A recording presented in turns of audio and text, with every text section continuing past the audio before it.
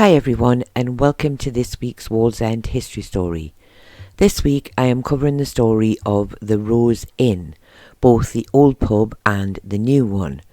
Obviously this isn't the full history of the pub, just a few little bits about it and some little stories about things that happened in the pub, the old and the new one, over the years. I hope you will enjoy it and find it interesting. The first, or original Rose Inn, stood further up Rose Hill Bank than the pub that is there today. It is known that it was possibly a public house from around 1814.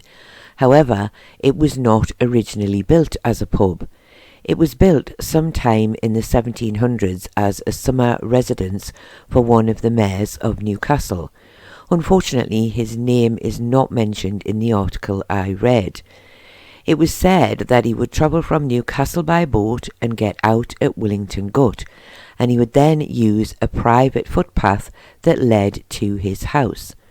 The photo on screen at the moment shows the old pub, but much later than the 1700s, and based on the description of the path, we have to assume that at the time the mayor used it, the road would not have been there. The pub, for anyone not sure, is the dark building surrounded by all the little white painted buildings, and it must have been quite a nice quiet place to spend the summer. There are no details as to when the mayor stopped using the house, but I guess we have to assume that he died and that the house was put up for sale. In around 1814 it was said that there was a tenant in the building by the name of Timothy Pollock, but it is not clear if it was actually being used as a public house at the time. However, by at least 1837, there was a publican by the name of Thomas Dobson Sr. now running the Rose Inn as a coaching house. Thomas Sr. would be the first member of the Dobson family to run the Rose Inn, and Thomas Sr. was still the innkeeper in 1871, and Thomas Jr., who lived in a house next to the Rose Inn, was a market gardener.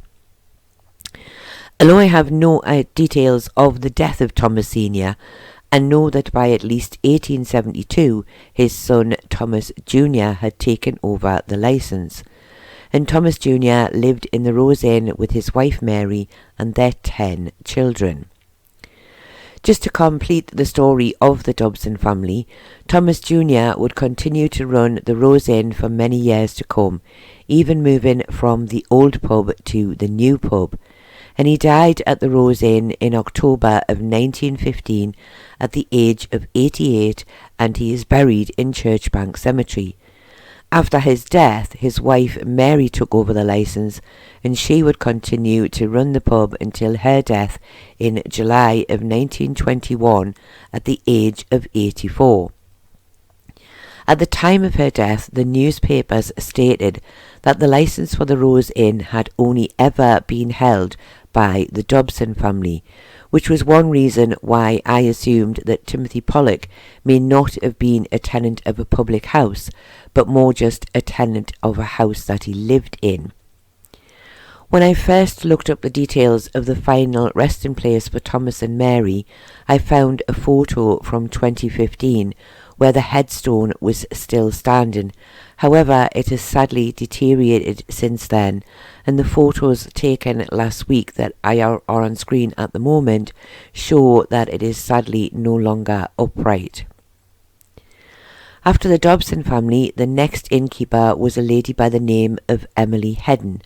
Unfortunately, I wasn't really able to find any information about her time running the pub, and she was followed by Michael Donaldson, and unfortunately there was very little information about Michael either. However, I do know that he died in February of 1931 at the age of 56 and is also buried in Churchbank Cemetery, but I did not find a headstone.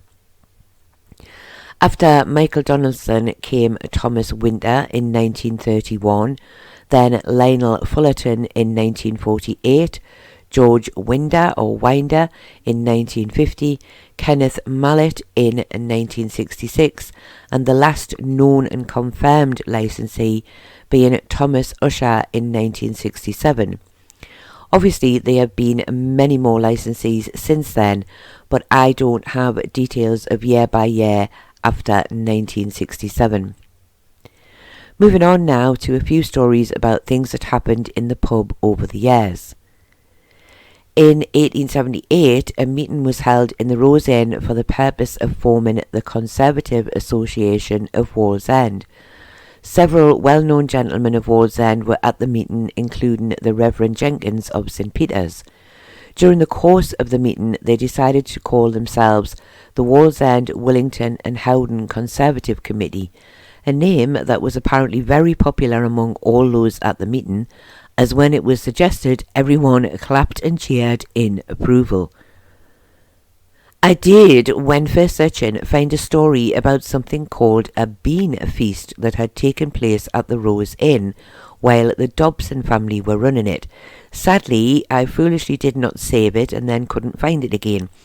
So this little bit about that is just from memory, because I did kind of want to include it because I'd never heard of a bean feast before. It was said that people would travel to Wallsend from Newcastle to eat beans and bacon at the Rose Inn.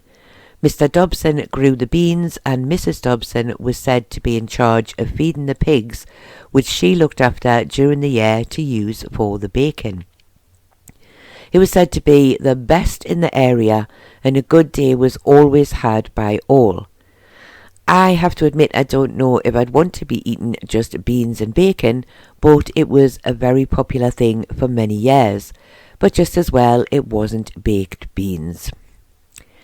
In 1891, a meeting of the girls who worked at Haggis, who I am sure most of you will know as being referred to as Haggis Angels, was held in connection with a planned strike if the girls' demands were not met.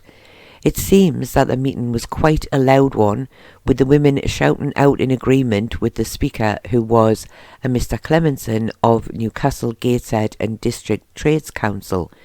It was noted at the meeting that he had written to Mr. Haggie, but he had not replied. The girls did indeed go on strike, with some 290 of them leaving work at the end of April and not returning until mid-May of 1891. However, not all of the women returned, as Mr. Haggie stated that many of them would no longer be needed. And it seems that in the end, the ones who went back did so as the promised strike pay was not as expected, and they needed to work to pay their bills. In 1890, the annual meeting of the Association for the Prosecution of Felons was held in the Rose Inn. This had, in 1890, been running for over 100 years. The idea had been a simple one. Local people of good standing would be working towards keeping the area safe from those who wished to steal from others, among other things. The chairman at the time was a Mr. Joseph Davison of Wallsend East Farm. The association had worked well for many years, and even though they now had police in the area, it seems they had no plans to stop doing their bit for the safety of the people of Wallsend and the surrounding areas. In 1919, Mary Dobson was fined for selling whiskey in the wrong room in the Rose Inn. I found this to be a bit of a strange story, as I had assumed you would have been able to sell any alcohol in any of the rooms, but it seems this was not the case. In 1921, the Rose Inn was up for sale by auction.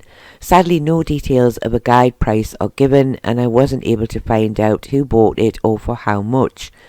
Unfortunately, not all information can be found, and I do often wish that records for every pub and building in Wallsend and Howden had been kept from the time they were built, as it would no doubt make fascinating reading. In 1938, Thomas Winter, who was the innkeeper at the Rose Inn at the time, found himself in court on a charge of driving a car without due care and attention. He was, it would seem, accused of pulling out in front of a lorry that was turning and driving into the side of it. However, after a somewhat detailed court case, details that I won't go into fully other than to say that Mr. Winter stated the lorry driver did not indicate that he planned to turn, so he passed thinking he was driving correctly and then hit the lorry as it turned. He was found not guilty and the case was dismissed. According to an article I read from 1921, the old Rose Inn was not demolished due to it being old and falling apart, which was usually the reason for the older pubs to be rebuilt, but because there were plans to change the road. It's hard to imagine looking down Rose Hill Bank today, but it used to have much more of a bend in it, and the old pub was really close to the road, and in order to straighten it, the pub would need to go. But of course there were plans to build a brand new pub, and this would be located at the bottom of Rose Hill Bank where it still stands today. As said earlier, the innkeeper at the time was Thomas Dobson and his wife, and they would transfer from the old pub to the new pub. The new Rose Inn opened in February of 1913, however the old pub was not demolished until around 1915. And there are some old postcards around where you can actually see both pubs.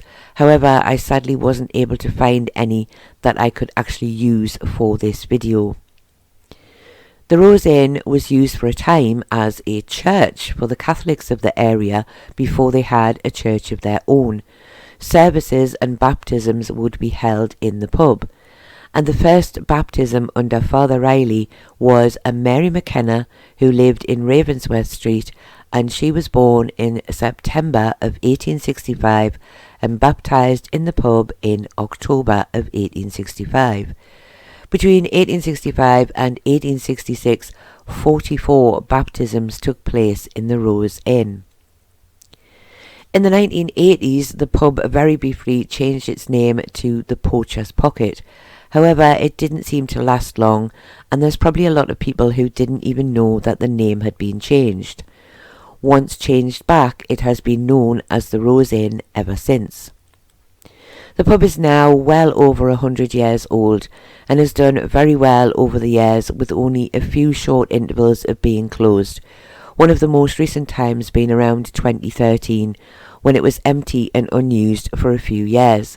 Thankfully, it is now open again and has been since around 2018 or possibly sooner. I am sure many of you watching this will have good memories of the pub, so do please let me know all about them in the comments below. I didn't go in here very often. I think maybe it's only once or twice at the most, so I don't really have many memories of the place myself. I do hope that you have enjoyed this little video and found it interesting, and I do thank you all very much for watching, and I do hope to see you all again very soon.